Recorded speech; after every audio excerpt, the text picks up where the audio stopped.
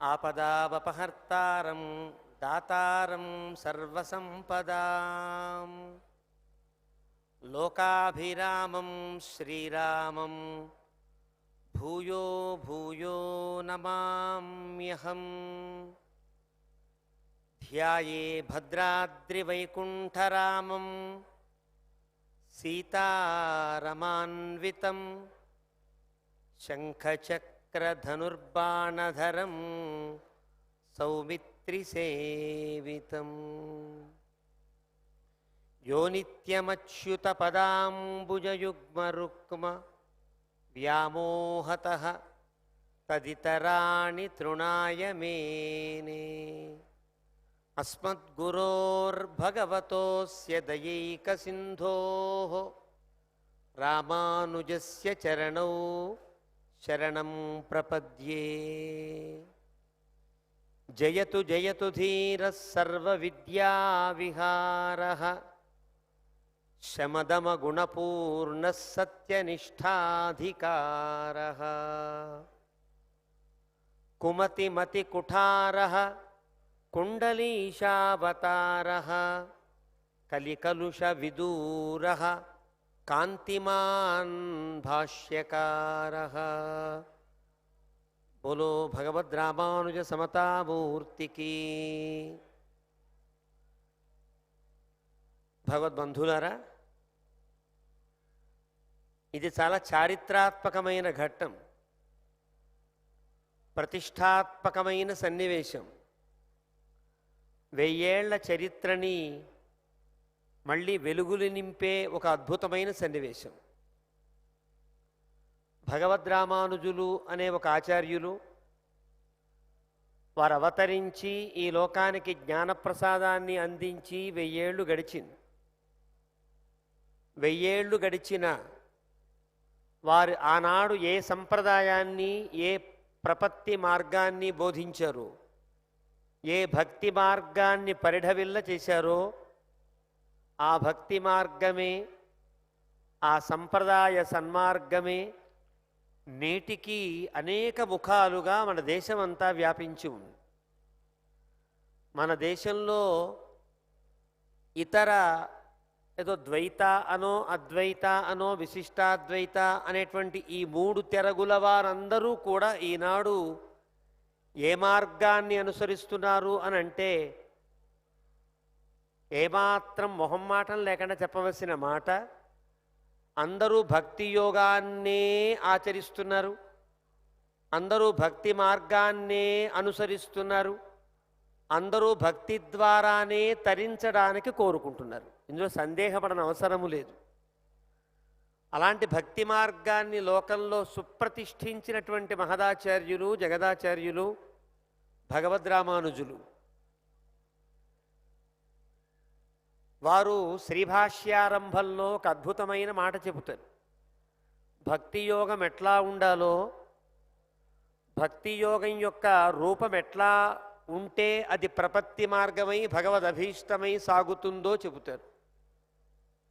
అఖిల భువన జన్మస్థేమ భంగాదిలీలే వినత వివిధభూతవ్రాత రక్షైక దీక్షే శృతి శిరసి విదీప్తే బ్రహ్మణి శ్రీనివాసే భవతు మమ పరస్మిన్ సేముషీ భక్తి రూప. నా బుద్ధి భక్తి రూపాపన్న జ్ఞానమై ప్రకాశించాలి. జ్ఞానం ఎట్లా ఉండాలి అని అంటే అది భక్తి రూపాపన్నము కావాలి. జ్ఞానం అనగానేమి? ఒక విషయం గురించి తెలియుట. ఒక వ్యక్తి గురించి తెలిసిందనుకోండి, సామాన్యంగా ఒక వ్యక్తి మన ఎదుట పడినప్పుడు ఆ వ్యక్తితో మనకి బంధం ఉన్నది అని తెలిస్తే కనుక, అబ్బో ఇతను నావాడు, ఇతనికి నాకు సంబంధించిన వాడు, నేను ఇతనికి చెందినవాడిని, ఇతనికి నాకు బంధుత ఉన్నది అని కనుక అభిప్రాయపడితే ఆ బంధువు పట్ల అతడు చాలా ప్రేమగా ప్రవర్తిస్తాడు. రాగానే లేస్తాడు, కూర్చోబెడతాడు, కాస్త మంచినీళ్ళు ఇస్తాడు, ఏదో కాస్త తాగడానికో తినడానికో ఏదో పెడతాడు, ప్రేమ వచనాలు పలుకుతాడు. ఎందువల్ల ఈ పని చేస్తాడంటే తనకి ఆ వ్యక్తికి ఉండే ఒక జ్ఞానం కలిగింది. ఆ వ్యక్తి యొక్క విషయంలో తనకు జ్ఞానం కలిగింది. ఆ జ్ఞానం ఏమి అంటే ఇతను నాకు దగ్గరవాడు, లేదా నాకు హితైషి, లేదా నాకు శ్రేయోభిలాషి, లేదా నాకు ఇతను గురుస్థానీయుడు, ఏదో ఒక బంధం కలిగినప్పుడు ఆ బంధం ఎప్పుడూ కూడా మాటలతో ఆగేది కాదు, తెలుసుకుంటే తీరేది కాదు. తెలిసిన జ్ఞానము తెలియకుండా ఆచరణలోకి ప్రవర్తిస్తుంది. వికసించిన పుష్పం తన పరిమళాన్ని దాచుకోకుండా వెదజల్లినట్లుగానే ఒక జ్ఞానం కలిగితే ఆ జ్ఞానం కర్మాత్మకంగా పర్యవసిస్తుంది. ఇది వాస్తవం. నిష్క్రియుడై నిష్కర్మతో ఎవరూ ఉండలేరు. నహి కశ్చిత్ క్షణమపి జాతు తిష్టతి అకర్మకృత్. భగవద్గీతలో పరమాత్మ చెబుతాడు, ఒక క్షణకాలం కూడా ఎవరు ఏ పని చేయకుండా ఎలా ఉండగలుగుతారు? కూర్చుంటాడు, అదొక పని. పడుకుంటాడు, అదొక పని. లేదా మరొకటి చేస్తుంటాడు. ఏ పని చేయకుండా క్షణకాలం కూడా ఏ మనిషి ఉండలేడు కదా. పని చేయకుండా ఏ మనిషి, ఏ జీవి ఉండలేదే. ఆ పని జ్ఞానంతో చేసినప్పుడు అది భక్తి రూపాపన్న జ్ఞానం అవుతుంది. ఒక పని దాని తాలూకు జ్ఞానం తెలిసినప్పుడు, దాని యొక్క వివరం తెలిసినప్పుడు ఆ చేసే పనిలో ఒక నైపుణ్యము, ఒక చాకచక్యము, ఒక వైశిష్ట్యము ఉంటాయి. కాబట్టి జ్ఞానం ఎప్పుడూ కూడా కర్మానుగుణంగా ప్రవర్తిస్తే ఆ జ్ఞానం ఫలించింది అని లెక్క. అందువల్ల క్రమంగా ఒక పద్ధతిని చెబుతూ జ్ఞానము, వైరాగ్యము, భక్తి, ఇదొక క్రమాన్ని చెబుతారు. ఈ మూడు గుణాలు కూడా, ఈ మూడు పనులు కూడా, లేదా ఈ మూడు జ్ఞానములు కూడా, లేదా ఈ మూడు మార్గములు కూడా మూడు విభిన్నములుగా అనిపించిన భక్తి మార్గం వారికైనా కర్మజ్ఞానములు సహకృతములుగా ఉండవలసినది. జ్ఞాన మార్గము వారికైనా కర్మభక్తులు సహకృతములుగా ఉండవలసినది. కర్మ మార్గము వారికైనా భక్తి జ్ఞానములు సహకృతములుగా ఉండవలసింది. ఈ మూడు, ఈ తక్కిన రెండు సహకృతాలుగా ఉండి ప్రధానంగా సాగేది ఒక మార్గం అయితే అవ్వచ్చుగాక. అలా భక్తి మార్గము కూడా భక్తి ప్రధానముగా ఉండి జ్ఞానకర్మలు రెండు సహకృతములుగా సాగితే ఆ జ్ఞానం ఫలవంతమవుతుంది. ఆ జ్ఞానం సక్రమమైన జ్ఞానమై భగవద్జ్ఞానం అయినప్పుడు అతని ప్రతి పని కూడా ఒక కైంకర్యమే అవుతుంది.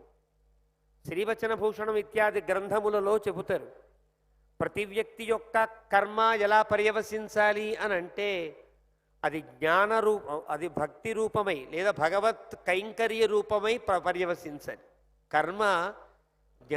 కర్మ కైంకర్యత్తిలే పుగుం అని అంటారు. కర్మ ఎప్పుడు కైంకర్యంలోకి ఫలించాలి. కైంకర్యమే కర్మ కావాలి. చేసే ప్రతి పని అది కైంకర్య రూపంగా భాసిల్లాలి అని అంటే ఈ జ్ఞానాన్ని కలిగించడం కోసం ఒక తాత్వికమైనటువంటి సిద్ధాంతం అవసరం. సిద్ధాంతం కొత్తగా అవసరం కాదు. భగవద్గీతలో గీతాభాష్యాన్ని మనం చూచిన, లేదా భగవద్గీతలో భగవంతుడి యొక్క అభిప్రాయాన్ని మనం గమనించిన, లేదా పురాణములలో ఉండేటువంటి తత్వాన్ని నిరూపించేటప్పుడు మహర్షులు చెప్పినటువంటి మార్గాన్ని చూచినా కూడా ఇదే కనిపిస్తుంది. కాబట్టి ఏ పని అయినా ప్రతి పని యజ్ఞముగా భావించుట అనేదే వేదము చెప్పిన. వేదం ఎలా ప్రవర్తించింది అంటే వేదాహి యజ్ఞార్థం అభిప్రవృత్తాః. ఇది శాస్త్రం చెబుతోంది. ఏ వేదమైనా వేదం ఆవిర్భవించింది అంటే దేనికోసం అంటే యజ్ఞము కొరకు ఆవిర్భవించింది. అయితే యజ్ఞానికి నాకు సంబంధం ఏమి? యజ్ఞం చేసేవాళ్ళు ఎవరో వేదం చదువుకున్న వాళ్ళు, ఒక జాతీయులో లేకపోతే ఒక వర్గం వాళ్ళు అయితే కనుక సామాన్యుడికి వేదం వల్ల ప్రయోజనమేమి?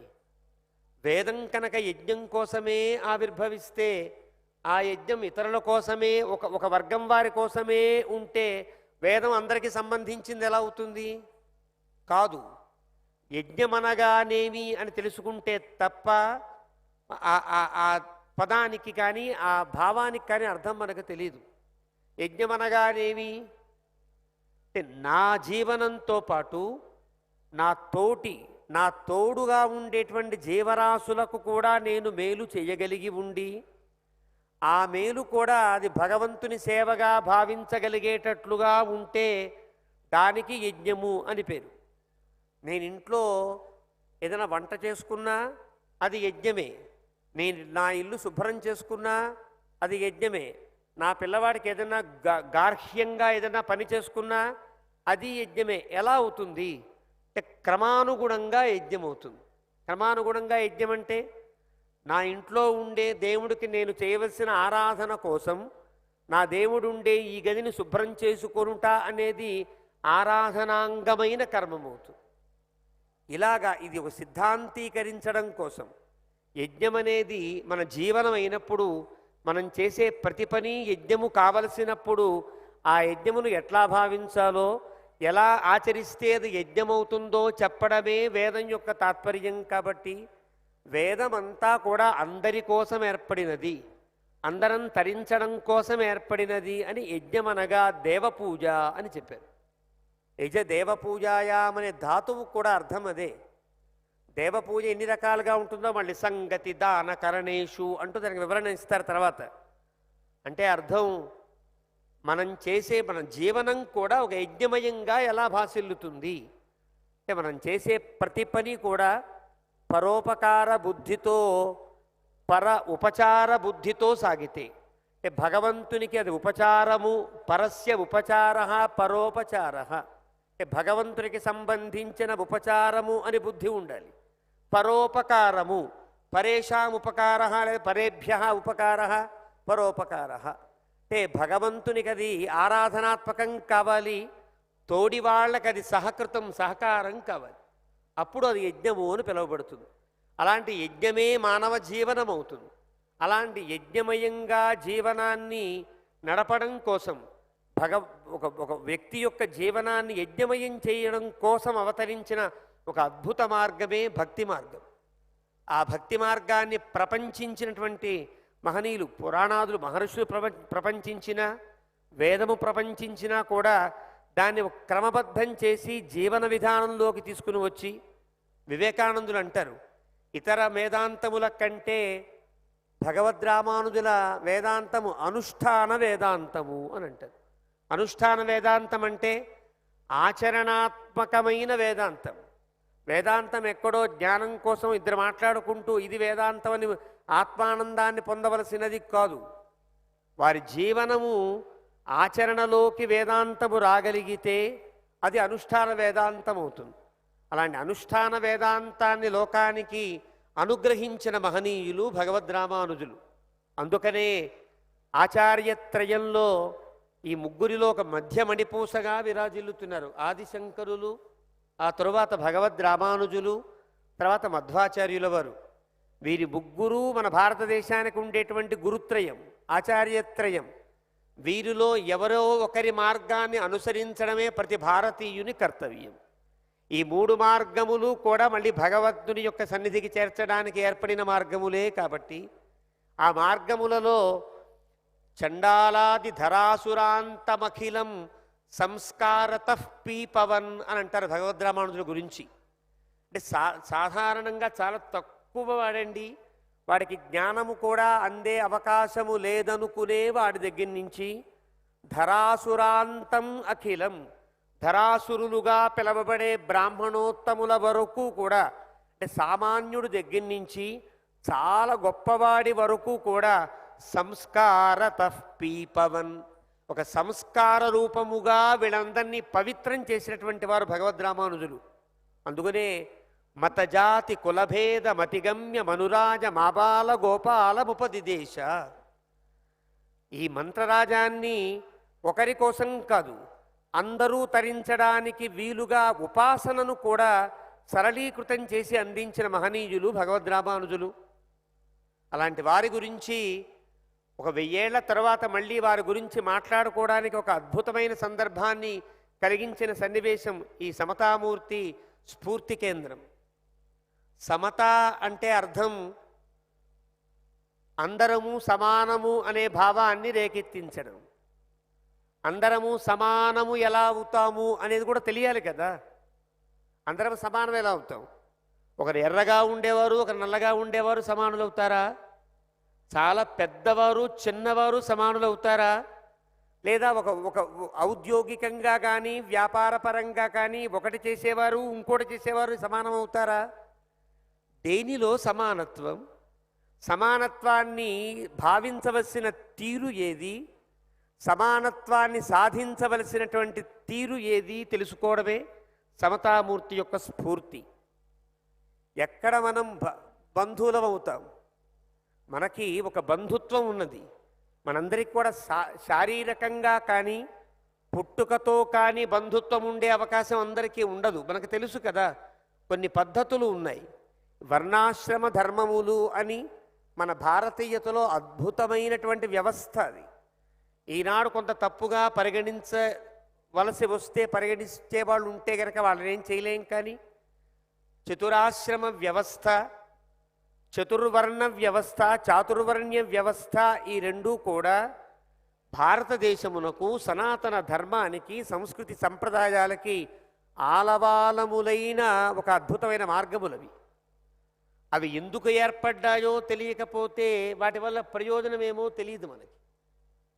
ఏదైనా సరే ఈ సమయం కాదు, కొన్ని శతాబ్దాలు మనం ముందుకు వెళ్ళినా, మరొక 1000 ఏళ్ళు ముందుకు వెళ్ళినా కూడా 4 జాతులు అయితే తప్పనిసరిగా ఉంటాయి. ఏమా జాతులు? బ్రాహ్మణ, క్షత్రియ, వైశ్య, శూద్ర. ఇవి ఉంటాయా? ఇవి ఉంటాయి. ఈ పేర్లతో ఉండవు, ఈ గుణములతో ఉంటాయి. బ్రాహ్మణ అనేది ఏ జాతి, క్షత్రియ అనేది ఏ జాతి, వైశ్య అనేది ఏ జాతి, శూద్ర అనేది ఏ జాతి. అవి ఎందుకు ఏర్పడ్డాయో మూలములు తెలుసుకోకపోతే కనుక కులములో లేకపోతే వర్ణములో అనుకునే ప్రమాదం ఉన్నది. ఇక్కడ నుండి 1000 ఏళ్ళు ముందుకు వెళదాం అనుకోండి, అప్పుడు కూడా ఈ 4 ఉంటాయి. ఈ 4 వర్గములు లేకపోతే పరిపాలన సాగదు. మేధావి వర్గం ఒకటి ఉంటుంది. ఈనాడు ఉండే ఐఏఎస్లు కానీ అలాంటి విద్యావేత్తలు కానీ ఒక వర్గము అని పిలువబడతారు కదా. ఐఏఎస్లుగా బుద్ధితో ఆలోచించి ప్రజా పరిపాలనాన్ని బాగా తగినటువంటి ఒక వ్యవస్థ ఉంటుందే, దానికి మేధావి వర్గము అని పేరు. తర్వాత పరిపాలించే ఒక వ్యవస్థ ఉంటుందే, దానికి పాలక వర్గము అని పేరు. ఒక చోట దొరికే వస్తువుని దొరకని చోట అందించి ఆ దొరికే చోట వస్తువుని దొరకని చోట పంచిపెట్టే ఒక వర్గం ఉంటుందే, దానికి వ్యాపార వర్గము అని పేరు. ఇలా ఈ 3 వర్గములకు యథోచితంగా శారీరకంగా కష్టపడి సహకరించే వర్గం ఒకటి ఉంటుందే, దానికి కార్మిక వర్గము అని పేరు. కార్మిక వర్గము లేకుండా వ్యాపారము సాగదు. వ్యాపార వర్గము లేకుండా పరిపాలన వర్గం ఏం చేయలేదు. పరిపాలన బాగా సాగాలి అంటే ఈ 3ంటిని క్రమమైన పద్ధతిలో పెట్టే మేధావి వర్గం కావాలి. మేధావి కావాలి, పరిపాలకుడు కావాలి, వ్యాపారి కావాలి, కార్మికుడు కావాలి. ఇప్పుడు మనం పెట్టుకుంటున్న పేర్లు ఇవి. ఈ పేర్లే ఆనాటి కాలం కాదు, వాటికి మౌలికమైన పేర్లు బ్రాహ్మణ మేధావి వర్గమని, క్షత్రియ పాలక వర్గమని, వ్యాపార వర్గమేమో వైశ్యవర్గమని, కార్మిక వర్గమేమో శూద్రవర్గము ఆనాడు పిలువబడేది. ఇప్పుడు ఉంది, తర్వాత ఉంటుంది, ఎప్పటికీ ఉంటుంది. ఈ వ్యవస్థ లేనిదే సమాజం నడవదు. అందువల్లే సమాజం అనే పురుషుడికి 4 భాగాలుగా చెప్పి వేదము ఈ 4 భాగాలు ఉంటేనే మనిషి కదా అని చెప్తుంది. బ్రాహ్మణోస్య ముఖమాసీత్ బాహూరాజన్య కృత ఊరు తదస్య యద్వైశ్య పద్భ్యాగుం శూద్రో అజాయత. దీన్ని తప్పుగా చెప్పిన వాళ్ళు ఉన్నారు.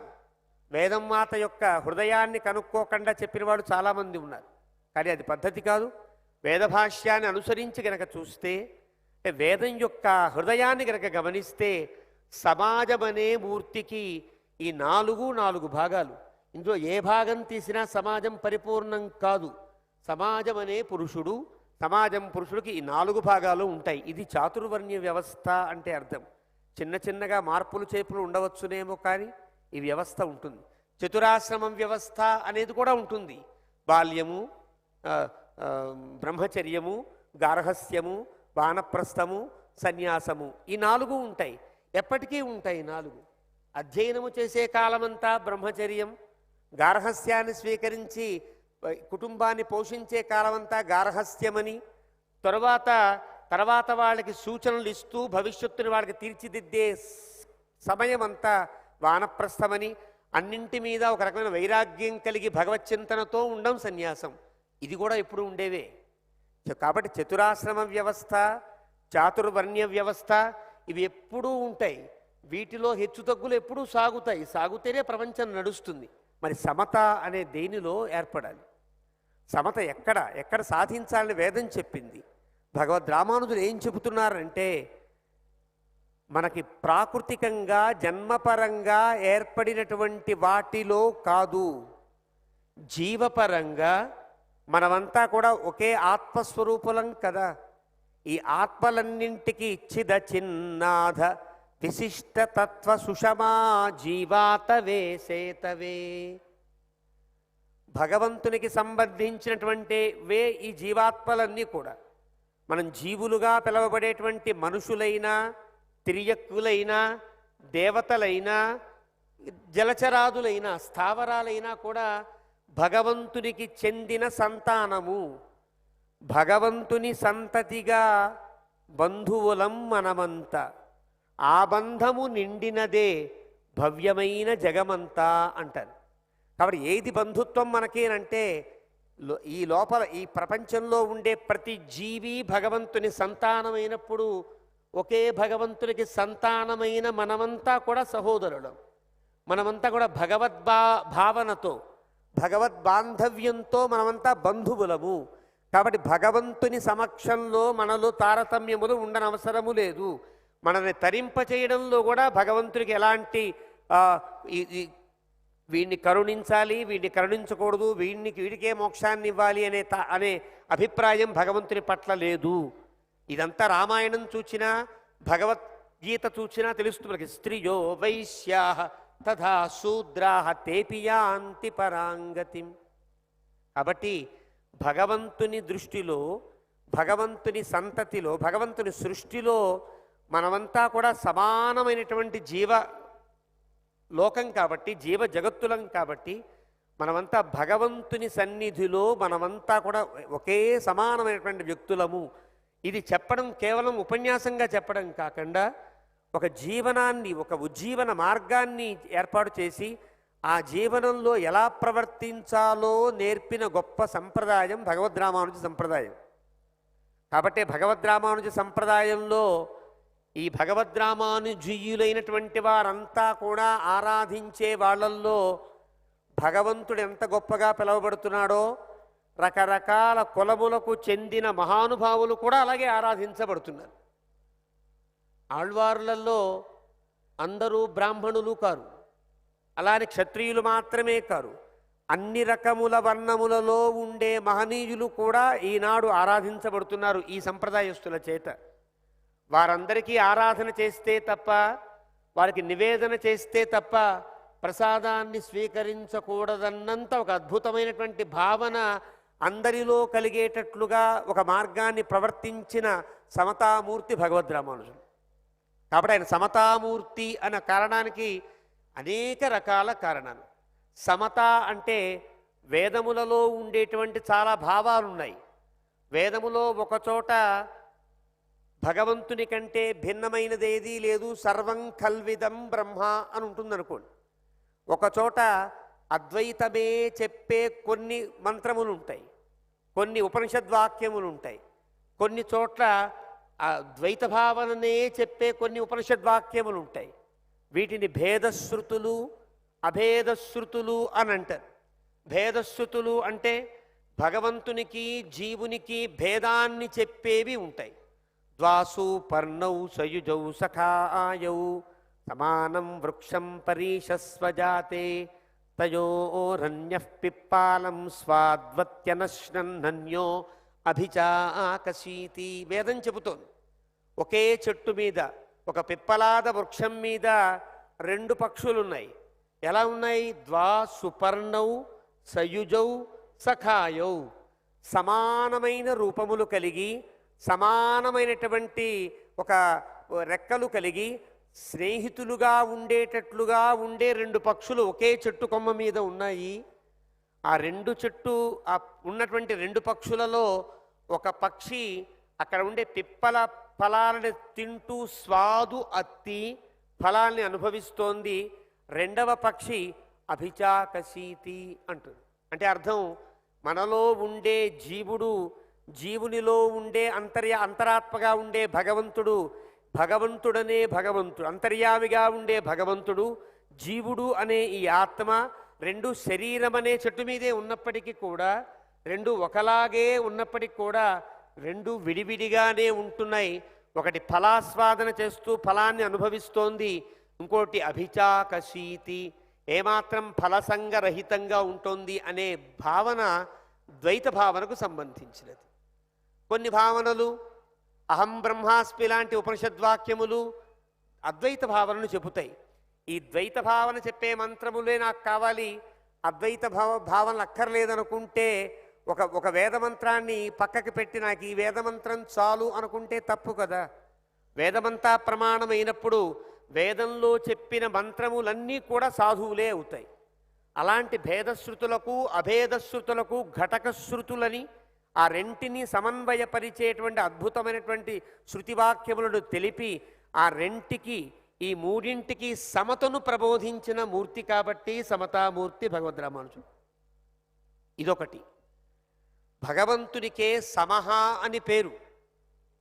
సమహ అని మనకి విష్ణు సహస్రనామ స్తోత్రంలో కూడా 63వ నామం అనుకుంటా, సమాత్మ సంమిత సమహ.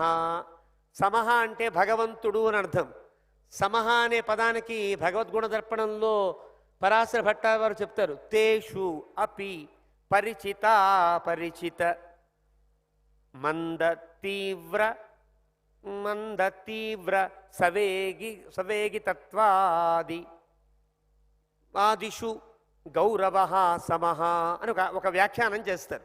అంటే అర్థం, భగవంతుడు సముడు అంటే మందులైనా జ్ఞానులైనా, అంటే మంచివారైనా చెడ్డవారైనా, నమే ద్వేష్యోస్తి న ప్రియ అని భగవంతుడు చెప్పినట్లుగా అందరి యందు వారి కర్మానుగుణమైన ఫలాన్నే వారికి అందించే ఒక ఉద్దేశ్యంతో సముడై ఉంటాడు భగవంతుడు. కాబట్టి సమహ అని పేరు భగవంతుడికి.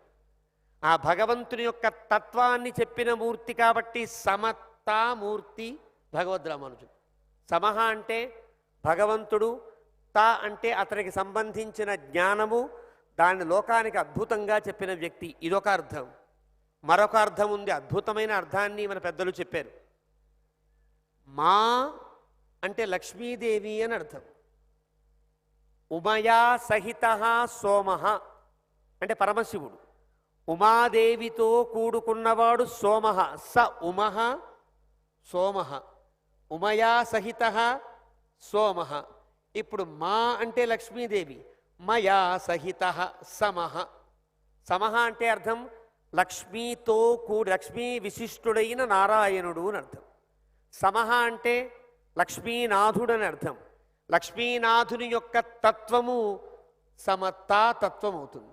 అలాంటి సమతా తత్వాన్ని ప్రబోధించిన అద్భుతమైనటువంటి ఆచార్యులు భగవద్రామానుజులు. కాబట్టే మన ఈనాడు మనకి కనిపించే భగవద్రామానుజులు మన 1000 ఏళ్ల తర్వాత పుడతారేమో, కానీ ఆ 1000 ఏళ్ల తర్వాత మళ్ళీ భగవద్రామానుజులు మన మధ్య అవతరించి ఉన్నారు, మనతో మాట్లాడుతున్నారు.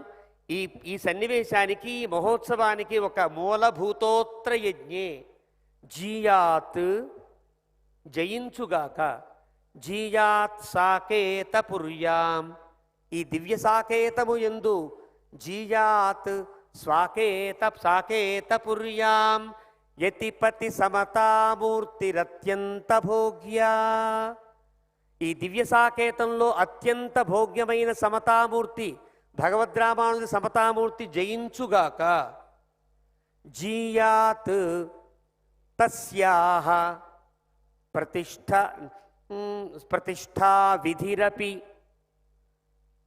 ప్రతిష్ఠా నిగమానుక్రమేణ అనవద్యః జీయాత్.